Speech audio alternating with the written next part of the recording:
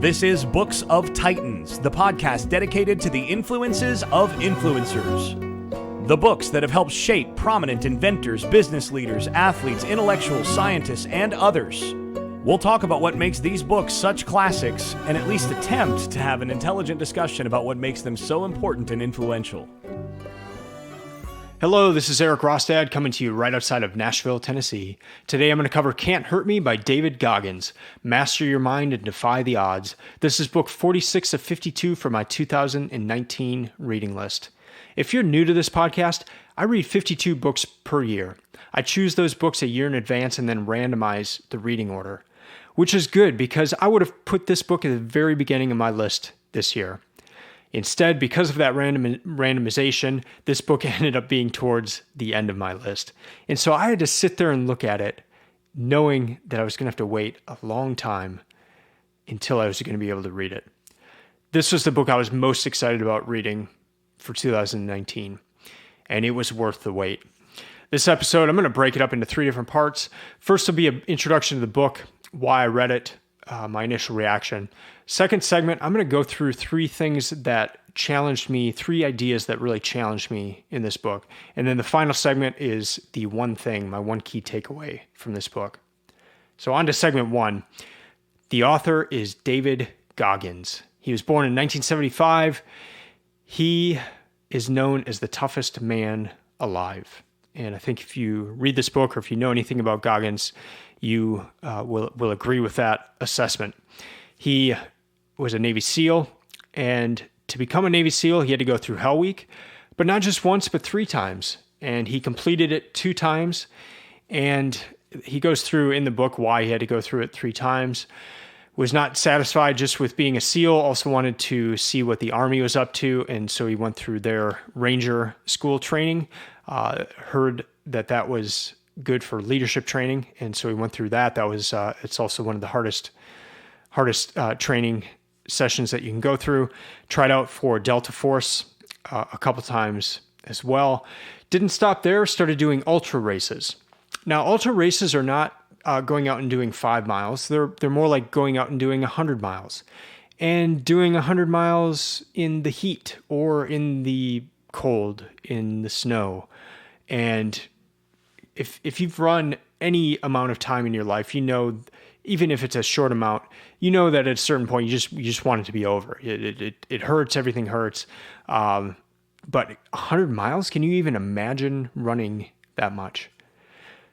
Goggins didn't even stop there. He got the pull-up record, and he is the world record holder for doing the most pull-ups within a 24-hour period. What's your guess as to how many that he did? 4,030. 4,030 pull-ups, and he did it in 17 hours. And he is the world record holder for that. But life has not always been good. It's been very painful, and not just physically for Goggins. He grew up in an abusive home. His father would regularly beat him, would also beat his mother, and they left that home. And so this book is both a story of his early life and then into these physical and athletic feats and the mindset required to go through those. As for the structure of the book, it's broken up into 11 chapters, and then each one ends with a challenge for you, the reader. I also consume this book in audiobook format as well.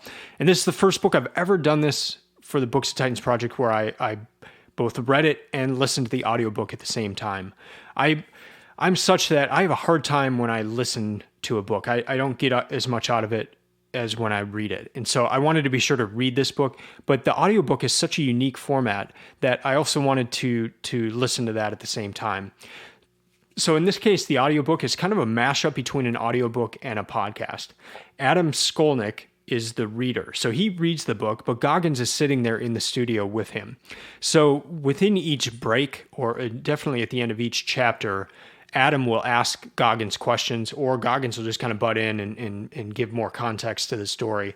And it was really neat. You got some neat stories that came out of that, and just deeper insight into the book. And it's kind of amazing that more people don't do that with their audiobooks. but neat format. And so I'm very glad I did both versions, both reading the book and listening to the audiobook. So I actually finished the audiobook a few days before finishing the actual book, but neat experience to do both of those at the same time. As for who suggested the book, I suggested it to myself in the sense of, I had read Living with a Seal in 2016, and it made a tremendous impact on my life. I'm gonna link to the podcast episode where I covered Living with a Seal, and I go into more depth of what kind of impact that had. But usually here's where I suggest where I originally heard about this book and the person who suggested it to me. But it really, my interest in Goggins started with reading Living with a Seal, and then I started listening to a lot of other podcasts where Goggins was interviewed, and then he mentioned that his book was coming out. So I knew I wanted it to be on my list for this year. I read it from October 20th through 24th, so I'm recording this October 24th, so I just finished it today, earlier in the day. It's a 356-page book, so that was 89 pages per day. It took me 8 hours, 20 minutes, and 48 seconds. About a minute 24 per page.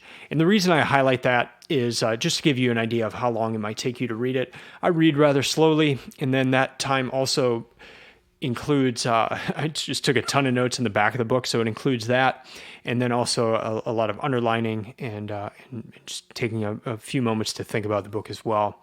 As for my initial reaction, this book is unlike almost every other book you'll ever read. And here's why. Goggins has pushed himself to the limit in so many different arenas. You know, he didn't just become a Navy SEAL and then write a book about being a SEAL. I've read some of those kind of books. He didn't just do ultra running and then stop there. I've also read books by ultra runners.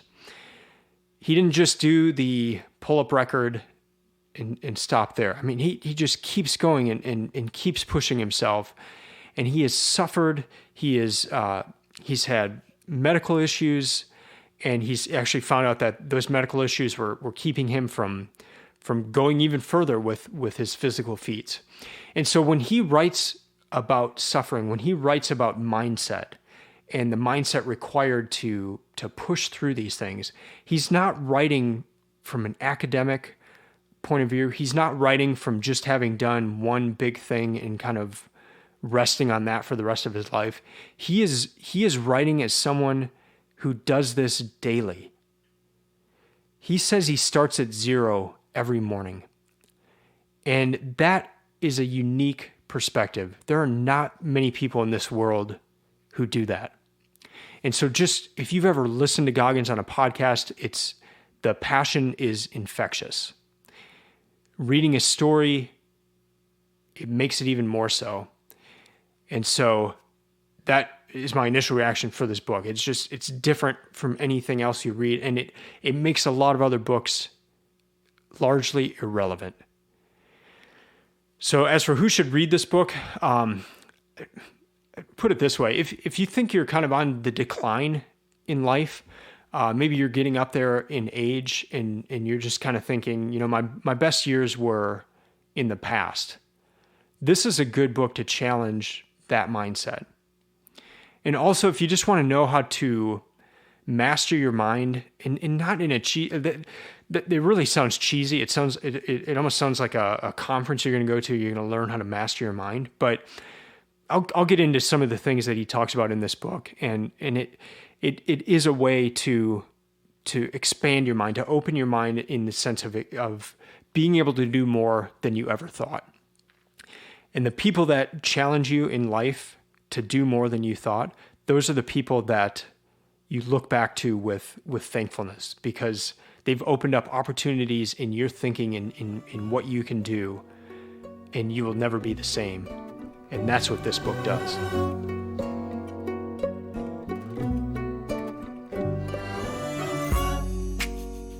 Here's the approach I'm going to take for segment 2 here. There are a lot of lessons in this book. And I thought about highlighting some of the key takeaways as a way for you to learn about some of the key lessons from it. But I want you to read Can't Hurt Me by David Goggins.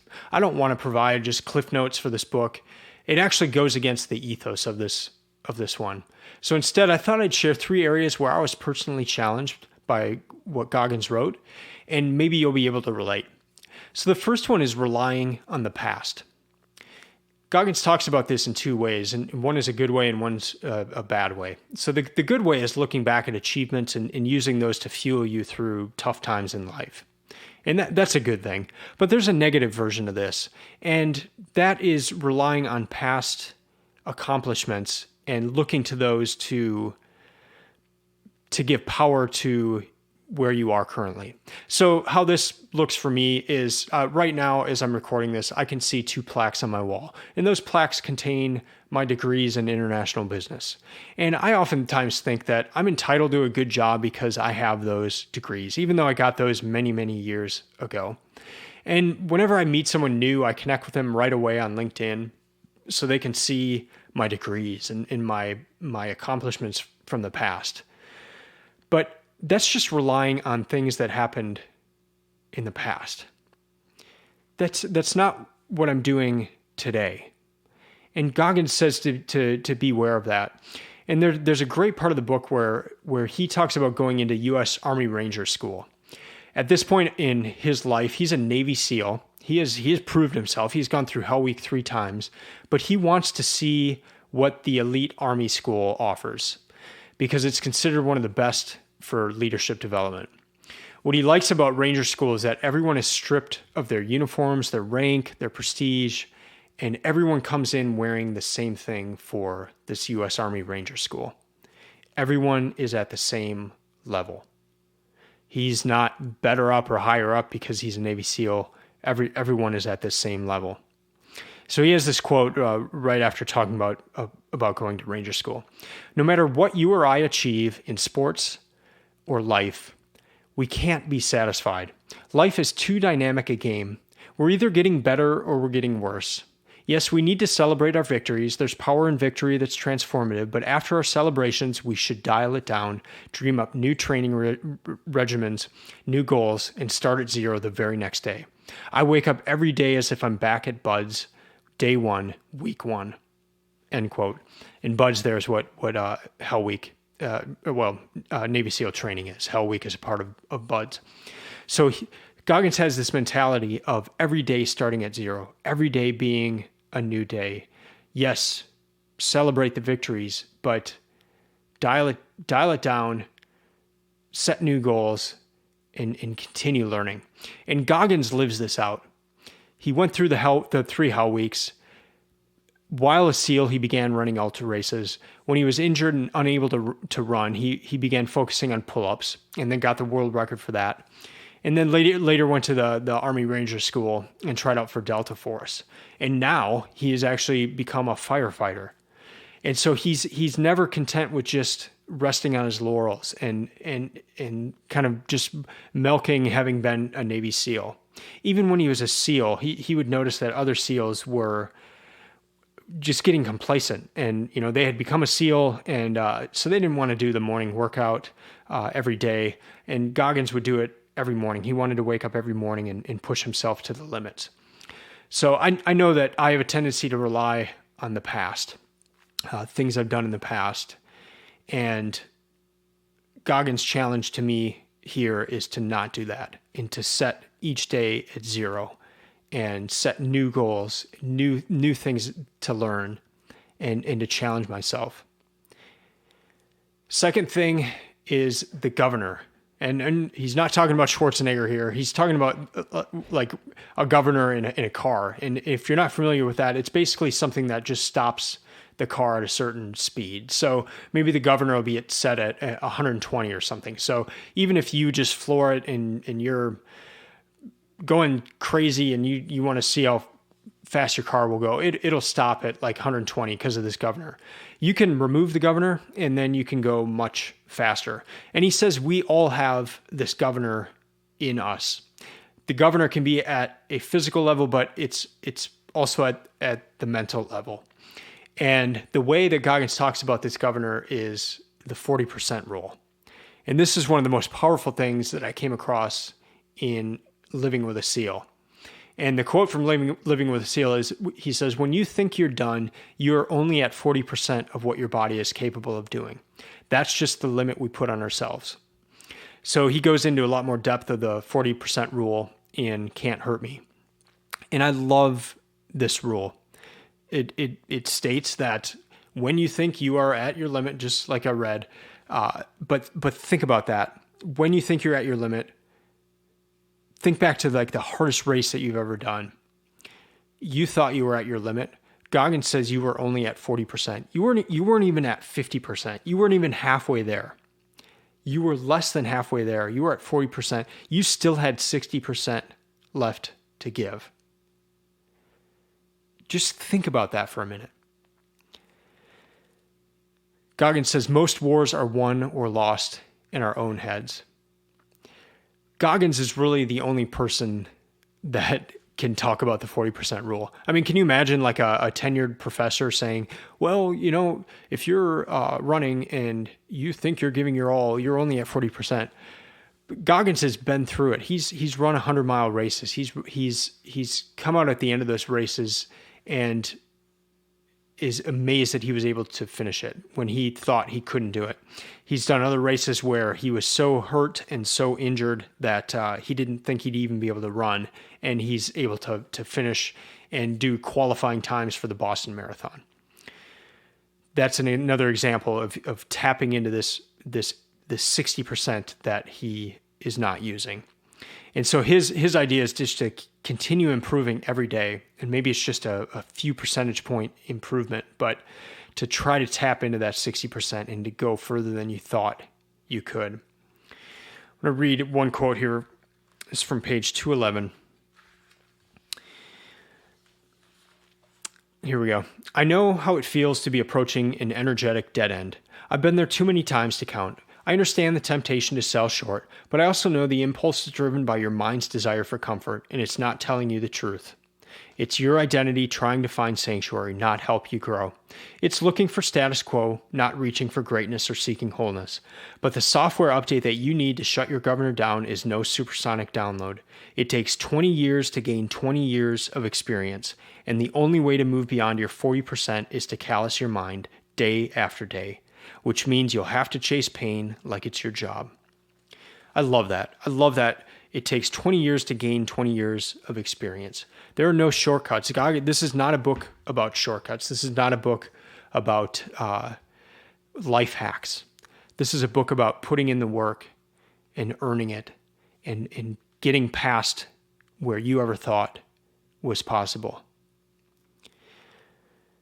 Third thing that really stuck out to me is Goggins' challenge to work on your weaknesses. He says this, the activities we pursue tend to be our strengths because it's fun to do what we're great at. Very few people enjoy working on their weaknesses. End quote. I know for me, I spend most of my time working on my strengths.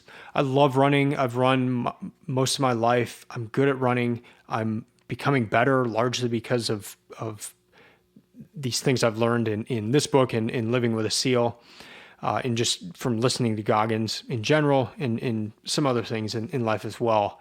But I'm not really good at swimming. And so I'm never just going to go to the gym and get in the pool and start swimming. I'm always going to try to do something related to running because that's what I'm good at.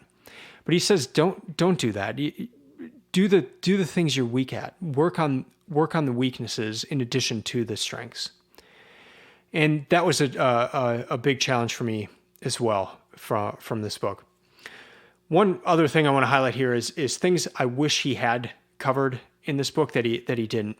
And one is just going deeper into his marriages.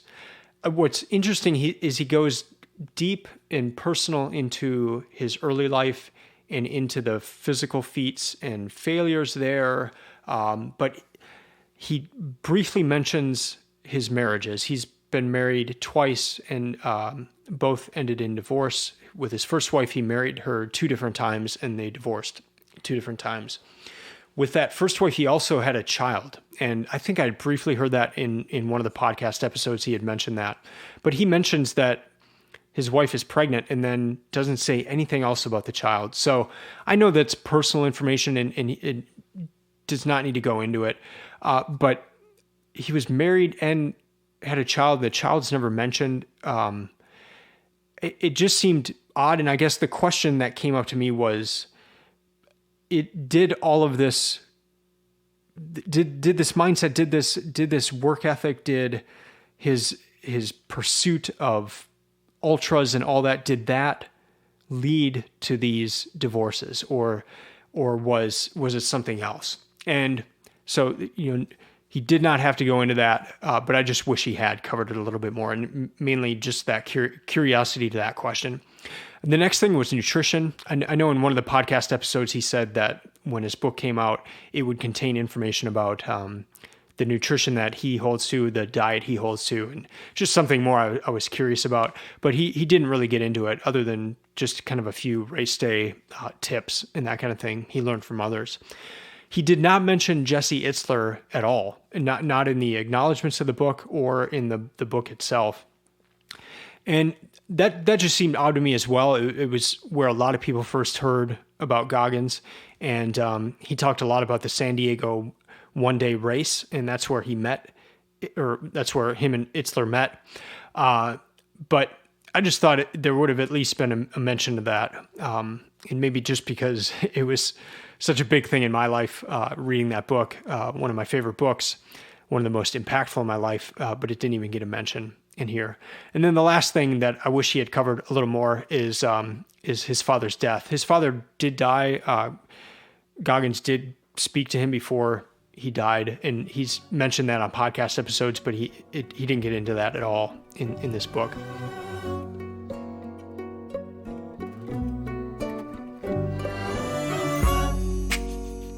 Now on to segment 3, and the one thing, my one key takeaway from this book. I had a hard time with this section because Goggins has had a really big impact on my life. And one area in particular is in running. I've always been a runner, but after reading Living with a SEAL, my running just took on a completely different pathway.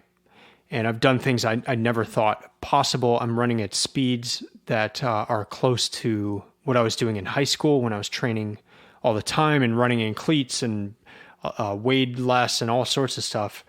And I'm getting close to those times again. And it all started after reading Living with a SEAL and being introduced to Goggins. I kind of became obsessed and would just listen to any podcast I could find where he was on it. And then, of course, when this book came out, his book, I wanted to read it. And if I can encapsulate everything into one thing of what I've learned, it would be in his idea of training for life. And here's a quote from the book. "The sole reason I work out like I do is not to prepare for and win ultra races. I don't have an athletic motive at all. It's to prepare my mind for life itself.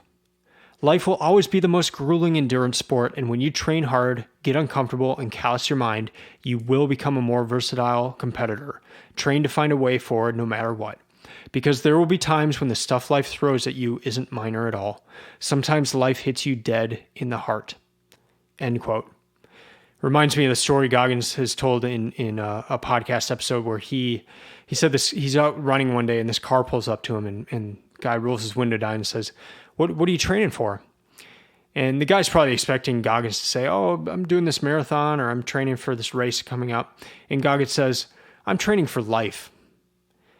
And I love that. I love that he said that, because Goggins doesn't view runs as just a physical feat. He doesn't view it as something that he's using as a training mechanism for an upcoming race. Like, he's not just sitting on the couch and then, "Oh, I've got a race coming up, so I need to start doing this training regimen." No, this is a daily thing for him. It's a daily practice.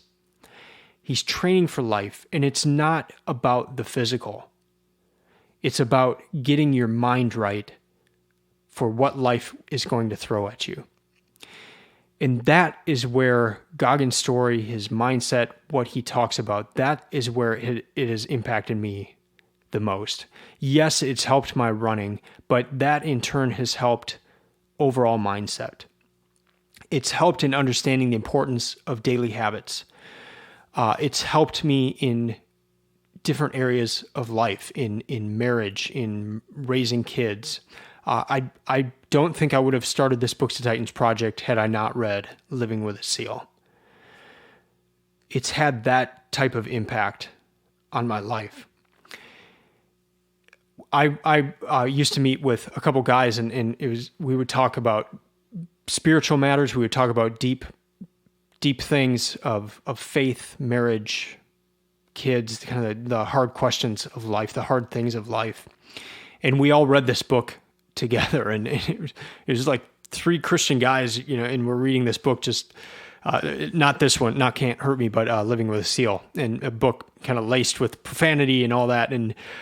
But it sparked something in us, and it sparked something spiritual in us, and it was strange, I guess, because it's not a Christian book in that sense, but it talked about this, of training for life, and how important the decisions are on a daily basis, how important it is that you are becoming who you are most of the time alone.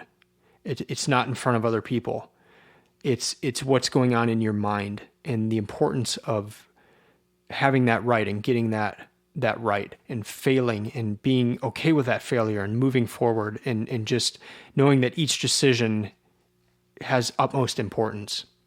And I saw that again in Mere Christianity by C.S. Lewis, and highlighted that in a previous episode. But the importance of these daily habits and in training for life.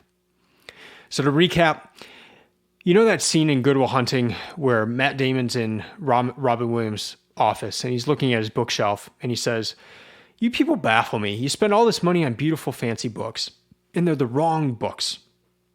He says it in a little more colorful language than that. But I kept thinking of that quote while I was reading this book, because this is one of those right books. It makes nearly all the self-help, fitness, and mindset books out there become irrelevant in a way. Some of the most powerful books, as I mentioned earlier, for this project have been the ones that have come out of suffering. Goggins has suffered. He suffered at the hands of his father. He suffered to reach the highest levels of multiple branches of the military. He suffered running some of the hardest races at the longest distances in the world. He suffered doing the pull-up records. There's photos of his hands in this book, and the skin's just kind of ripped off from doing so many pull-ups. This is not a theory book. This is a practical mindset book, and there are no shortcuts. 20 years of experience will require 20 years of work.